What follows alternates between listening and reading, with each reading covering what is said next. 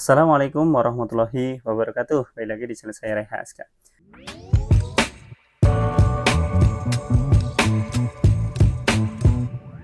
Ya, di video kali ini kita akan bahas mengenai sebuah keyboard mekanikal yang menurut saya cukup keren dengan harga yang terjangkau dan fiturnya cukup asik. Ya, ini adalah Vantex Atom 63.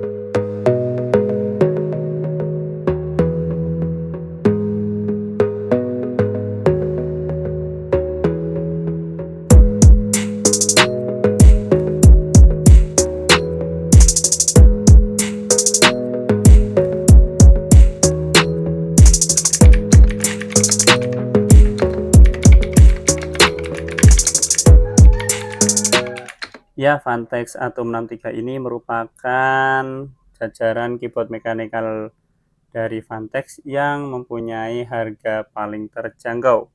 Tapi meskipun terjangkau, tentu saja dia mempunyai kelebihan dan juga punya sesuatu yang spesial. Dan kita akan bahas berikut ini. Ya, kita terlebih dahulu ulas mengenai spesifik singkat dari keyboard ini.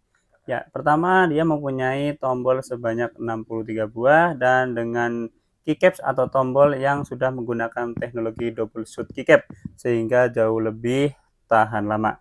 Kemudian dia mempunyai konektivitas yaitu menggunakan kabel USB Type-C yang bisa dicopot pasang sehingga kalau kabelnya rusak jauh lebih mudah untuk menggantinya. Kemudian dia mempunyai berat di 392 gram saja dan cukup ringan untuk dibawa kemana-mana. Dan dia mempunyai lampu RGB sebanyak 17 mode. Jadi teman-teman bisa mudah untuk mengganti sesuai dengan suasana hati teman-teman semuanya. Kemudian untuk switch-nya sendiri dia sudah menggunakan switch yang replaceable 3 pin yang teman-teman bisa gonta-ganti dengan bebas. Selanjutnya tentu saja ini dia sudah menggunakan teknologi anti ghosting sebanyak 26 tombol dan tentu saja dia mempunyai ukuran yang kecil dan sangat simpel. Untuk pilihan switch dari keyboard ini mempunyai dua buah pilihan, yaitu pertama adalah red switch dan blue switch. Sementara untuk warnanya juga ada dua pilihan, yang pertama adalah Mizu Series atau Mizu Edition dan Mori Edition. Untuk unit yang saya pegang ini adalah dia yang menggunakan blue switch dan ini adalah warna dari Mori Edition. Selanjutnya kita langsung bahas saja mengenai paket penjualan dan juga tampilan fisik dari keyboard ini. Ya, kita akan lihat untuk paket penjualan terlebih dahulu ya dari Vantex Atom 63 ini. Ya, ini versi saya ada yang Mori Edition dan dia yang menggunakan blue switch ya. Jadi mungkin ada hal yang berbeda nanti.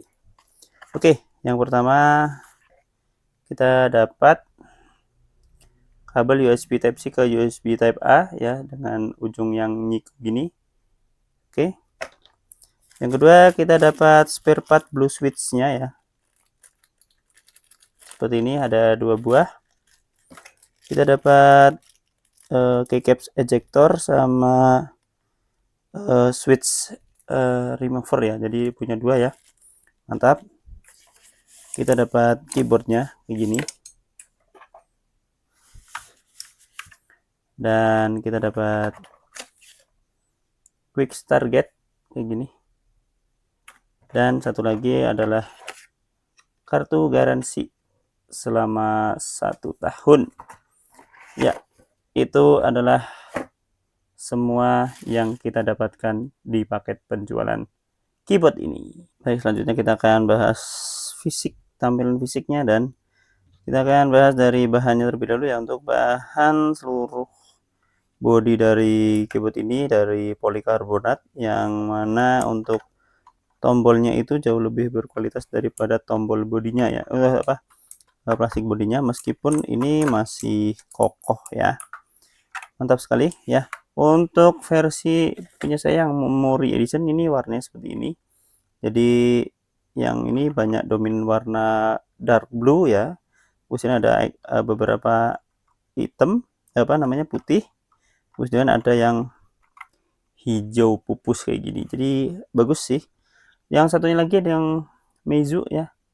itu warnanya agak sedikit beda ya, jadi dominan di warna putihnya. Oke, kemudian untuk tombol di sini ada 5 baris ya. Secara umum hampir sama persis, kecuali di tombol atas ini ya. Ini selain angka dan simbol, ini digunakan juga untuk tombol Fn ya, yang nanti bisa diaktifkan dengan tombol F ya, yang bisa diaktifkan dengan Fn atau tombol fungsi. Termasuk di beberapa tombol di sini juga ada print screen dan sebagainya, terletak di bagian huruf ya. Bisa lihat nggak sih? Oke, bisa lihat ya. Enggak begitu terlihat sih, karena ini kebetulan warnanya dark ya semuanya. Termasuk tombol ASDF ini untuk panah juga. Ini juga ada shortcut-shortcutnya untuk meningkatkan kecerahan backlight ya, atau untuk mengganti kanan kiri untuk mengganti kecepatan ritme dari backlight atau lampu RGB-nya. Kalau untuk mengganti modenya, dia menggunakan Fn dan garis miring ya. Nah, itu secara umum begini. Terus di bagian belakang ya, di bagian samping kiri nggak ada, samping kanan dia ada USB Type C untuk connectionnya ya. Terus di bagian belakang ini ya cuma ada karet dan riser atau untuk menambah tinggi dari keyboard. Terus ada tulisan ya begini biasa kalau di produk gitu ya. Oke, ini suaranya.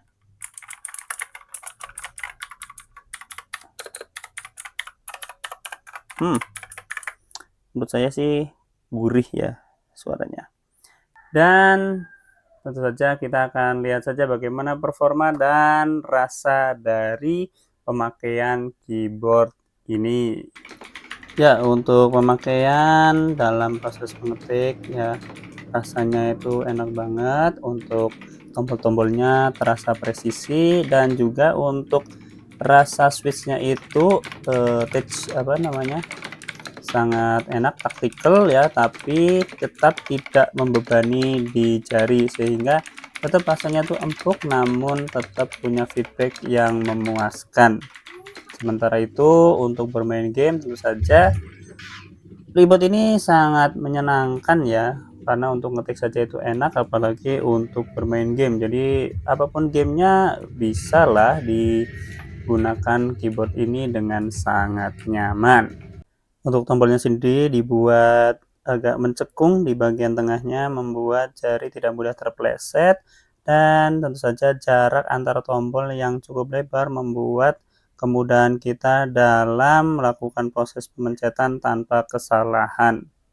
Ya, untuk lampu RGB-nya sendiri karena mempunyai 17 mode, kita bisa mengatur modenya dengan sangat mudah dengan tombol Fn dan tombol iris miring ya, sehingga sangat mudah teman-teman bisa mengcustomize dan bisa menyesuaikan kebutuhan teman-teman semua, dan enak banget intinya. Ya teman-teman semuanya, seperti itu saja untuk pembahasan dari keyboard Phante Atom 63 ini. Ya, ini adalah merupakan keyboard yang simple, kecil, sudah mekanikal, dan punya lampu RGB yang cukup keren. Harganya juga terjangkau, dan juga dia mempunyai kabel yang mudah dibongkar pasang, menambah kesan bahwa ini bukan keyboard yang murahan. Dan kalau teman-teman mencari sebuah keyboard mungil, mekanikal, switchnya bisa diganti-ganti, dan lampu RGB cukup mantap, maka ini bisa menjadi salah satu pilihan untuk teman-teman lirik. Dan itu saja untuk review dari keyboard ini.